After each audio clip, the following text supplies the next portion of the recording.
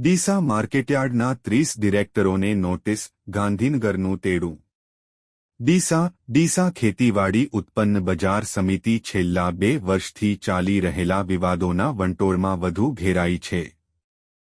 ગુજરાત રાજ્ય કૃષિ બજાર બોર્ડે તાત્કાલિક અને વર્તમાન ચેરમેન સહિત કુલ 30 ડિરેક્ટરોને નોટિસ ફટકારી છે અને આગામી 14મી મેના રોજ ગાંધીનગર ખાતે બોર્ડ સમક્ષ હાજર રહેવાનો આદેશ કર્યો છે.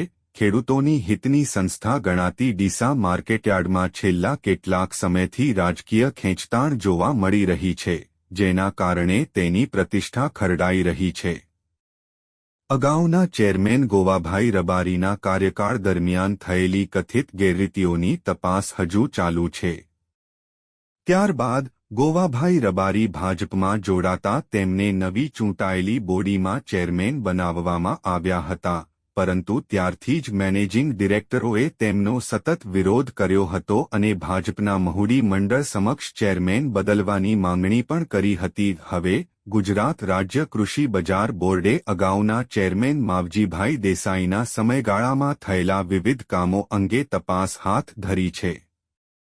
આ તપાસમાં મુખ્યત્વે આઉટસોર્સિંગ કર્મચારીઓની ભરતી, પોતાના સગાને કર્મચારી તરીકે નિયુક્ત કરવા, બોનસ અને ભથ્થાઓની ચૂકવણી, માર્કેટયાર્ડના મુખ્ય ગેટમાં અંદાજ કરતાં વધુ ખર્ચ, પરચુરણ ખર્ચના હિસાબો, ચોપડા છપાવવામાં ગેરરીતિ, ગાડીની લોગ બુક રજૂ ન કરવી, માર્કેટ ફીની વસૂલાતમાં ગેરનીતિ, તાલુકા સંઘની માર્જિનની જમીનમાં દુકાનોનું નિર્માણ, ભીલડી પેટા માર્કેટમાં જાહેર હરાજીમાં ગેરરીતિ, સેક્રેટરીના ઘરેથી માર્કેટયાર્ડની જીપ ચોરાઈ હોવાની તપાસ, પોતાના અંગત 3 મદનીશો રાખી ખોટા ખર્ચાઓ સુધારવા, ડ્રાઇવરોની ભરતીમાં ગેરનીતિ, માર્કેટયાર્ડની ચૂંટણીનું ગેઝેટ પ્રસિદ્ધ થયા બાદ સભા બોલાવી ખોટા ખર્ચાઓ ઉધારવા, ભીલડી વેબ્રિજના ઉદ્ઘાટનમાં ખોટા ખર્ચના બિલો બનાવવા, તોલાટ, મજૂર અને ધાબળા વિતરણ તથા જમણવારમાં ખોટા ખર્ચ બતાવવા, બાંકડાઓની ખરીદીમાં ગેરનીતિ,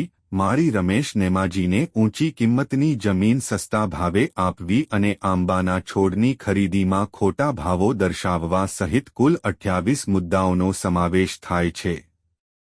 આ ગંભીર બાબતોની તપાસ માટે બોર્ડે તત્કાલીન ચેરમેન, વર્તમાન ચેરમેન અને સેક્રેટરીને નોટિસ પાઠવી છે અને તેમને આગામી 14મી મેના રોજ ગાંધીનગર ખાતે ગુજરાત રાજ્ય કૃષિ બજાર બોર્ડમાં હાજર રહેવા જણાવ્યું છે. બજાર સમિતિના આટલા મોટા પ્રમાણમાં મેનેજિંગ ડિરેક્ટરોને નોટિસ મળતા જ બનાસકાંઠાના રાજકીય વર્તુળોમાં ગરમાવો આવી ગયો છે. રાજકીય વિવાદોથી ઘેરાયેલી ડીસા માર્કેટયાર્ડમાં હવે શું નવો વળાંક આવે છે તે જોવું રસપ્રદ રહેશે. અહેવાલ રિપોર્ટ ભરત ઠક્કર, ડીસા, બનાસકાંઠા. બજાર સમિતિ ડીસાના વહીવટ સંબંધે સરકારશ્રીમાં થયેલ વિવિધ રજૂઆતો અનુસંધાને બજાર સમિતિ ડીસાના વહીવટની તપાસ મહેરબાન નિયામકશ્રીએ મેનેજિંગ ડિરેક્ટર શ્રી ગુજરાત રાજ્ય કૃષિ બજાર બોર્ડને સોંપતા તેઓએ અત્રેના બજાર સમિતિના પ્રવર્તમાન 17 સભ્યો અને 13 તત્કાલીન સભ્યો મળી કુલ 30 સભ્યોને બજાર ધારાની કલમ 44 અન્વયે નોટિસ આપી અને તારીખ 14/5/2025ના રોજ 12:30 કલાકે તેમની કચેરીએ જવાબ રજૂ કરવા માટે જણાવવામાં આવેલ છે. જે તમામ નોટિસો અત્રે તારીખ 2/5/2025ના રોજ મળેલ છે, જે પૈકી તત્કાલીન સભ્યો પૈકી 3 સભ્યોનું અવસાન થયેલું હોય 10 સભ્યો તત્કાલીન અને 17 સભ્યો જે પ્રવર્તમાન છે તે તમામને નોટિસની બજવણી કરવામાં આવે છે.